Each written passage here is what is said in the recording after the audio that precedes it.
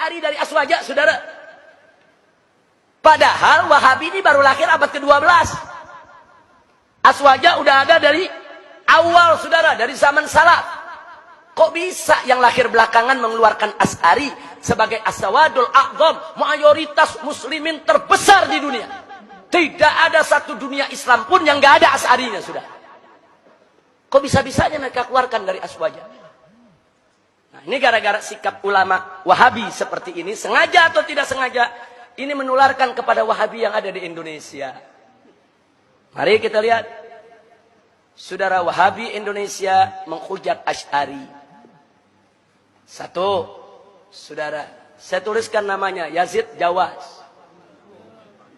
Dalam buku berjudul Mulia dengan Manhaj Salaf, bab 13 halaman 519 sampai 521, dia menyatakan Asy'ari adalah firqah sesat dan menyesatkan.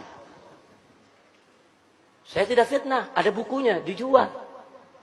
Dibaca orang, saudara.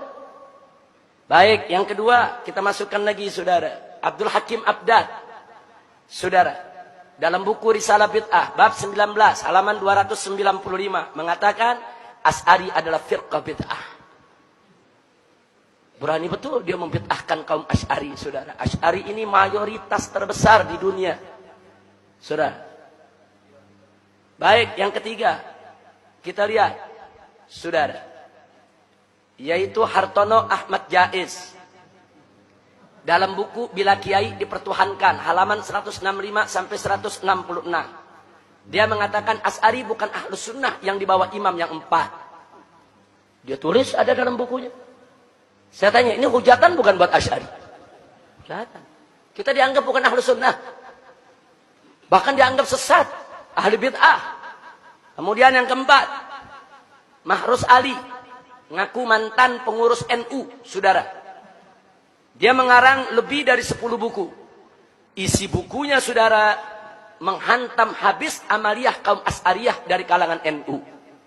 Jadi mereka sebut tuh yang namanya tabarukan, tawasulan, ziarah kubur, gosidahan, baca nasid-nasid Islami, saudara.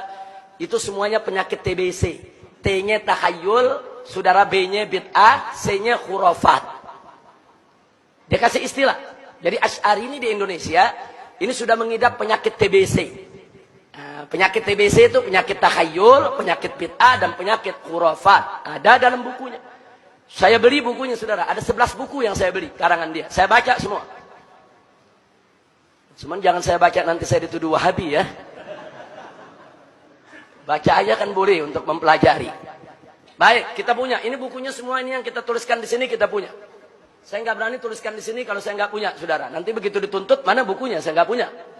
Ini bukunya semua ada di perpustakaan kita di MS, saudara, Megamendung. Sebagian ada di sini. Baik, yang kelima, Firanda Andirja. Yang keenam, Khalid. Yang ketujuh, Bawazir. Yang kedelapan, Riyad Bajri. Ini semua bisa kita dapatkan dalam YouTube. Nah, Anda nggak perlu repot-repot beli. Buka YouTube ketemu. Tulis saja namanya ketemu, saudara. Nah, sekarang apa yang dilakukan Firanda Andirja? Menghantam habis tokoh Asy'ari yang sangat dihormati di Indonesia. Yaitu ulama besar dari Mekah. Seorang Sayyid, seorang Syarif. Abuya Sayyid Muhammad bin Alwi Al-Maliki.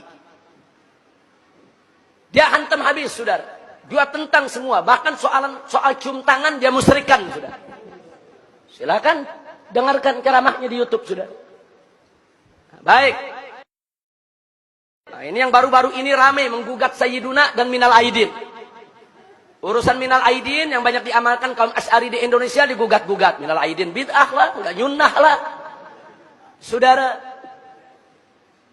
Nah, kemudian disindir-sindir, apa tuh Minal Aidin? Selamat kembali. Kembali dari apa? Mesti disebutin dong, kembali dari Jakarta, kembali dari Surabaya. Masya Allah. Itu ada sindiran macam itu, saudara. Nah, jadi sekali lagi, hal yang nggak penting, saudara.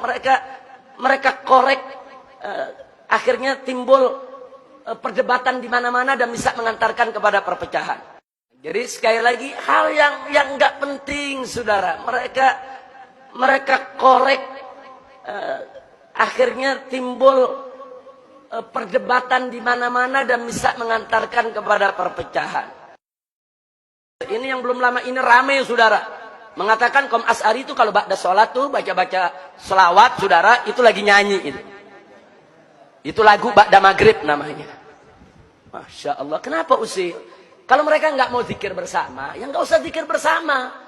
Nggak usah usil dengan amaliyah saudaranya. Orang NU yang baca sholawatan, saudara, orang-orang Asy'ari yang baca-baca gasidah, nggak usah usil. Nah kemudian Riyad Bajri, saudara, oh ini paling ekstrim lagi nih. Nah, dia katakan demo siapapun sesat dan halal darahnya. Bahkan dalam rekaman lainnya dia katakan apa? Kita ini dituduh Wahabi, hajar itu yang menuduh kita.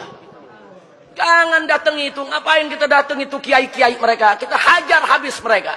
Ini termasuk wala dan barra. Jadi artinya kalau ada orang mendatangi Kiai Asy'ari, berarti dia nggak punya barra, nggak punya wala kepada tauhid. Silakan dengarkan, saudara. Jadi saya tidak memfitnah, saya tidak menuduh, saudara. Ini fakta semua ada. Nah, jadi kalau memang saudara-saudara saya di Wahabi yang baik, yang santun, yang selama ini dekat dengan saya, tidak mau saya mengkanter persoalan-persoalan seperti ini, tolong nasihati mereka ini. Nasihati saudara-saudara mereka. Jangan mentang-mentang kita diam, mereka terus menindas kita. Jangan, bukan mereka aja yang hafal Quran, bukan mereka aja yang hafal hadis, bukan mereka saja yang tahu tafsir, bukan. Ahlus sunnah wal jamaah, ini gudang ulama, gudang ahli tafsir, gudang ahli hadis, gudang ahli usul, gudang ahli akidah. Mau yang mana ahlinya? Kita sediakan, saudara. Jangan. Jadi kalau nggak mau buat kita marah, tolong mereka ini direda. Suruh jangan bikin pernyataan yang mecah belah umat. Saya mau tanya, saudara, ini kalau pernyataan begini lama-lama Asy'ari tersinggung tidak? Lama-lama marah tidak? Kalau marah bisa jadi konflik tidak? Saya mau tanya, kalau begini caranya lama-lama Wahabi bisa diganyang tidak? Bisa diperangi tidak? Itu yang kita tidak mau terjadi, saudara. Biarkan perpecahan yang terjadi di Syria, yang terjadi di Irak, yang terjadi di Libya, yang terjadi di Yaman, tidak boleh terjadi di Indonesia. Harus kita jaga, Indonesia ini harus aman, tenang, damai. Dan selama Ahlus Sunnah wal Jamaah menjadi mayoritas, saudara, di negara Republik Indonesia ini, kemudian mayoritas ini bersatu, betul-betul mengamalkan akidah, yaitu Ahlus Sunnahnya, insya Allah NKRI ke depan akan menjadi baldatun thayyibatun wa rabbun ghafur.